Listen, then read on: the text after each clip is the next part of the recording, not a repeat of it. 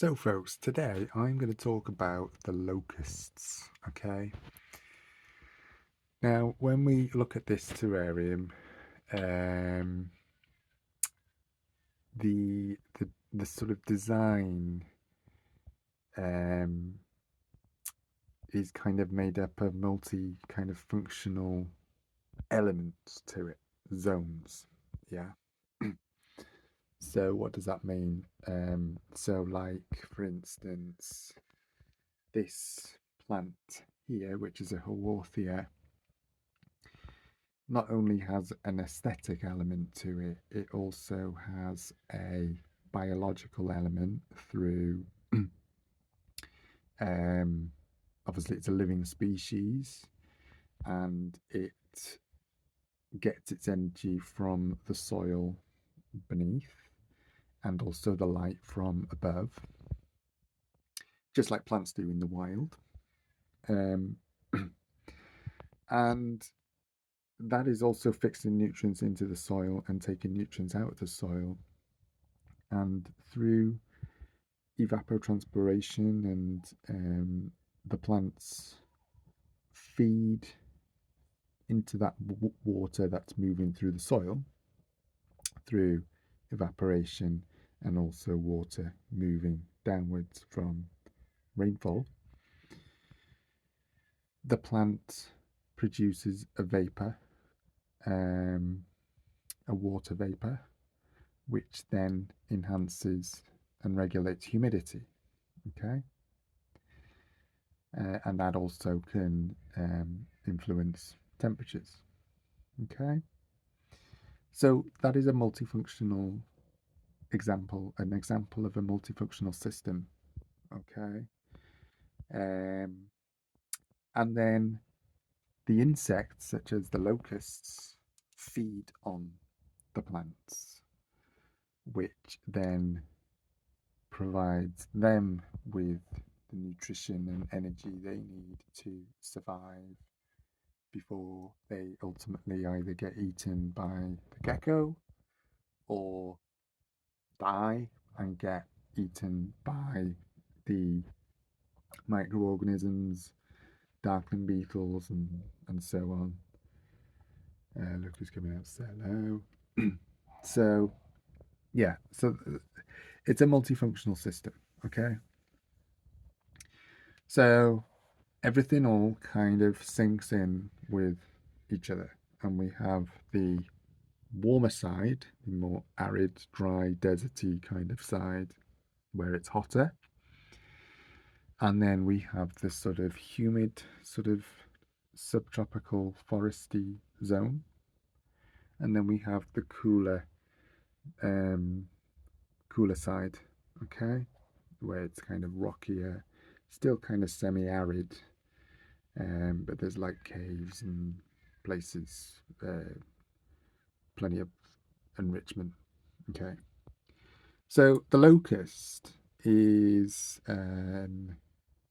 herbivorous insect, and I put about 10 in here yesterday, and I've not done any plant trimming or pruning since I think it was early spring when I just cut back that ficus tree in the back just slightly because it was taking over a little bit.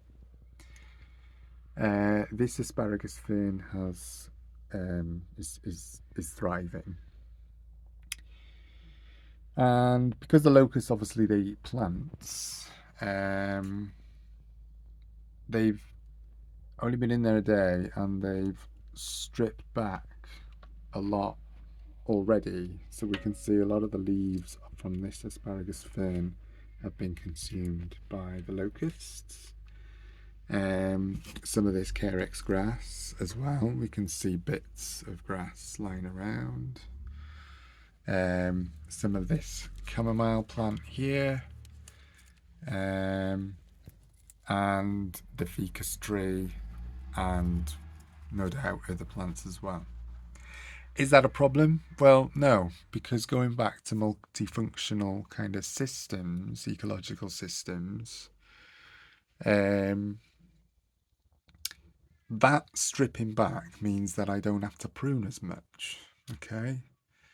And although this system looks very complex, I do like minimalistic um, sort of approaches to design. This fella is nearly jumping out. And so the locusts, he's going into his burrow. So yeah, the locusts are kind of acting as my natural pruners. Okay. And we're in midsummer now, so there is still plenty of time for the plants to regrow. And I can imagine with this fella here, the locust won't last that long in there anyway. He's probably eaten one or two already.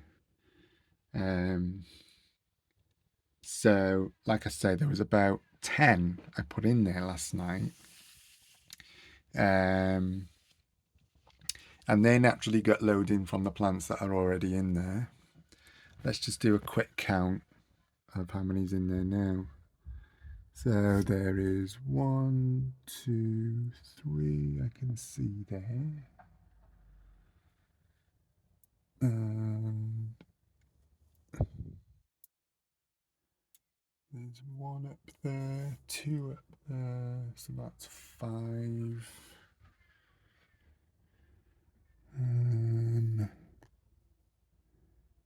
He's probably eaten a few already. So yeah. So I actually don't mind them stripping back the plants a little bit. Most of them are succulents anyway, so they're tough and they will grow back. The roots, like for this asparagus fern here, for example, which they have stripped quite back, the roots are firmly in the ground. It's pretty much established, and so that will regrow. The same with the ficus tree in the back, that's well established, and no matter how many times you cut that back, it will regrow. Okay. This chamomile here, and behind it is a milk thistle. They do grow in their native habitats, and I actually pulled these out from the chemical-free farm where I work, and just to see if they would take in this terrarium. So once they've stripped that down, it's quite weak. I don't know if the roots are sort of establishing that well. I only stuck it in a jar of water for a few days, and really I should have left it for like a month or so for its roots to kind of establish more. But I just chucked it in after a day or two. I just wanted it in there. Got a bit impatient. So if they were to chomp that, then that probably wouldn't regrow. But as for the other plants, I'm not really that fussed. They can chomp and munch as much as they like, really. All right, so there we are, guys. So yeah,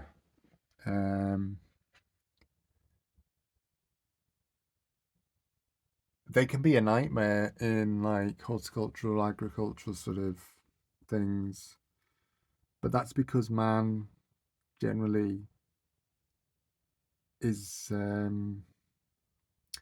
well, it doesn't. It kind of works against nature generally.